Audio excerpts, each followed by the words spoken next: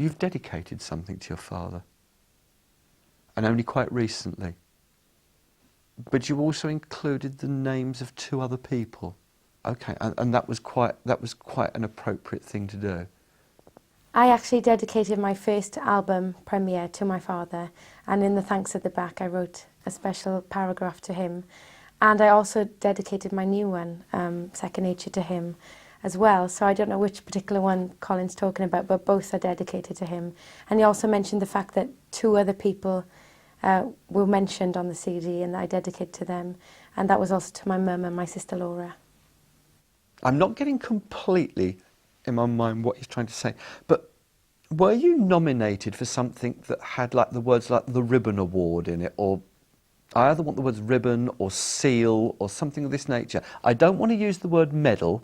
Yeah. And I just get the feeling as though like you were nominated for something. And I can't be quite sure what you're showing me here. You either just got it or you just failed to get it. Yeah, no, I know what you're talking about. All right. Well, this one actually freaked me out because Colin was actually talking about a seal award, or the something seal award. And I actually won the St. Cecilia Award, which is the highest award in church music. And he was also talking about it being a ribbon with a medallion or something like that. And when you get the award, it is actually a ribbon with a medallion. What on earth did you put feathers in your hair for? I think it was a college ball. I think that's what it was. No. No, I think it goes back further than that. It's it was in a school production of Calamity Jane. Maybe that's it. Something that Dad would remember. Yes. And he would have been here this side of life. I was actually in the school production of Calamity Jane, and I played Katie. And there was this scene where I had to sort of wear this whole bodice of feathers and have this huge feather in my hair. And my mum helped me make the costume. And I know my dad was there, and he came to that. That was before he died, and I think he found that hilarious. Do you know, I'm shown very strange images sometimes, which I can't always make any sense of at all. Any idea why I'm being shown Harry Potter films? It couldn't be something to do with witches and things well, like that. Maybe it's the way my mind's trying to give it to me. My dad once made me a broomstick for a Halloween costume. And I'm thinking maybe it would be... I see like the Harry Potter on the flying broom thing. Only recently I was talking to my mum about the fact that I dressed up as a witch one Halloween when I was little, and my dad made me a proper broomstick. He actually went and collected the twigs and actually really went to town on this broomstick. And so I think maybe that's something I always think about Harry Potter is the flying broomstick races. You'll have to forgive me, Catherine, I'm not getting this quite too clearly. I also feel that I need to mention about the importance of the name of Roy or Ray. Ray. Right, would you be able to understand why? Mm-hmm. It's his brother. Why your father would mention that? Just recently passed. Ah, this is a bit of a peculiar feeling that I'm getting. I get the sense from him that he and the Roy Ray had been close at one time, and then there seemed to be a period of distance between them. But there does seem to be some feeling that maybe someone of Ray's family should be told that he and your dad are connected on that side of life.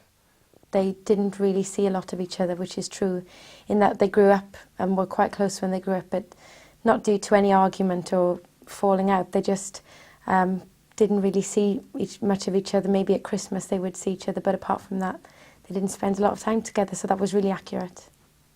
Did your father play the piano? No. So why is he joking with me about playing the piano? Well, my sister and I both play the piano, but when my dad died, my mum took up piano, and she's not very good at it.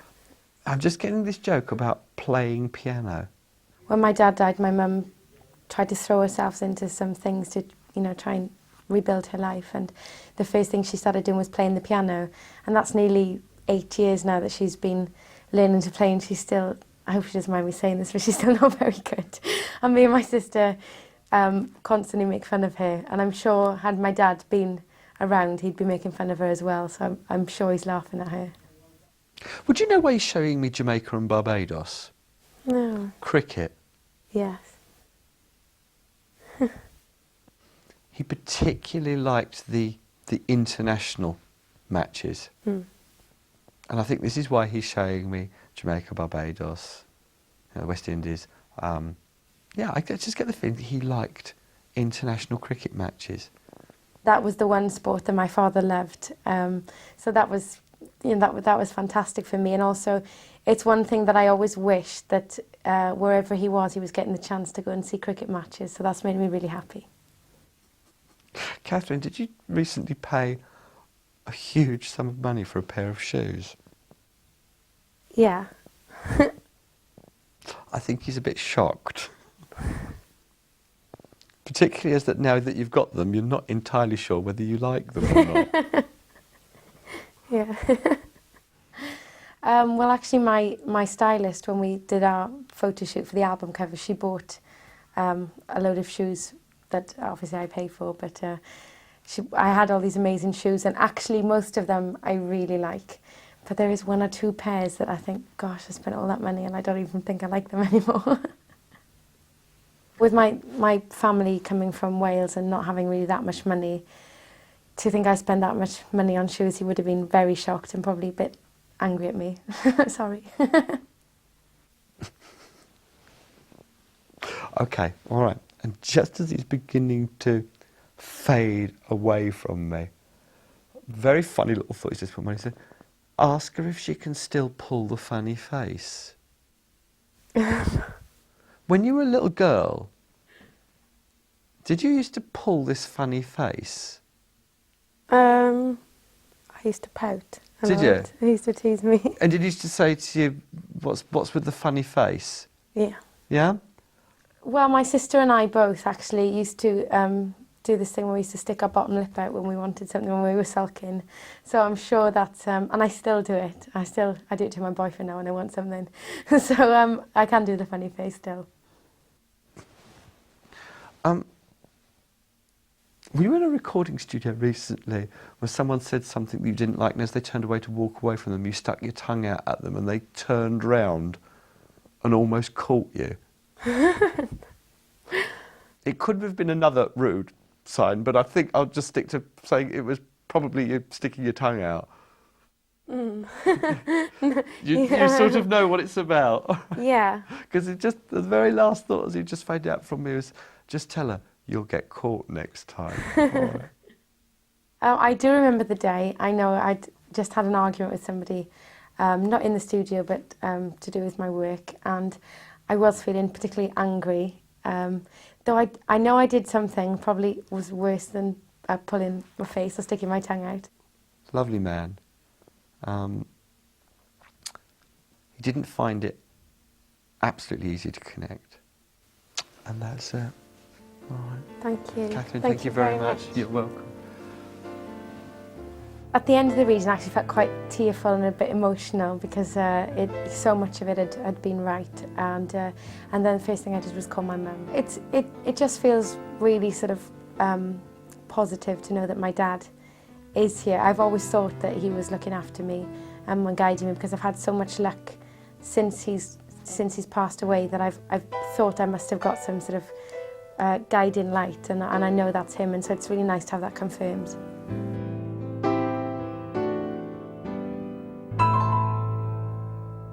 Would there have been 8 surviving children, or are there currently 8 surviving children of the 11? How many, love? 9.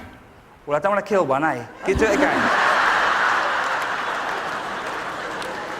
He wants you to know that as he's passed the world of spirit, he's taken responsibility for everything that he ever did. Okay.